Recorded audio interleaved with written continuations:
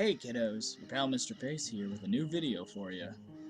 I decided to make this video because it's a wonderfully cool, almost autumn evening, and I'm just in a really good mood. Not to mention I've been drinking. Anyway, you know who it wasn't a good evening for, though? The girl in this story. Tonight's story is The Shadow Girl at Midnight. There have been a series of missing children reports. There's no evidence of how or why the children were going missing. One young boy was found outside a forest near Oregon. He tells, in not much detail of course, what happened. I was in my room when I heard the window open. I remember looking up into pale greenish eyes, then blacking out. We don't have any leads on who or what this was, but it is being investigated. A year or so before the missing children, there was one girl in particular. She was an average girl. She was always very pale because she spent most of her time inside. One day, this girl got sick. No matter what anyone did, she would not get better.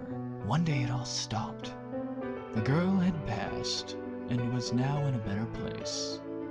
Or so they thought.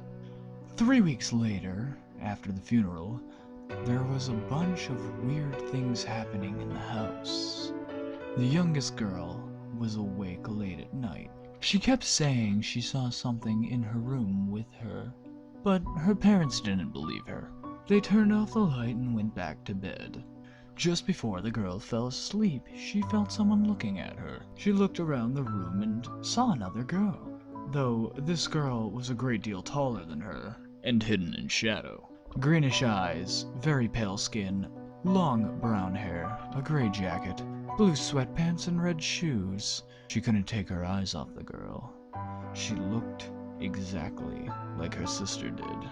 The girl inched towards her and sat on her bed. The little girl grew very tired as she stared into what she thought was her sister's eyes. Soon she fell asleep, and unlike the boy from before, she was never seen again.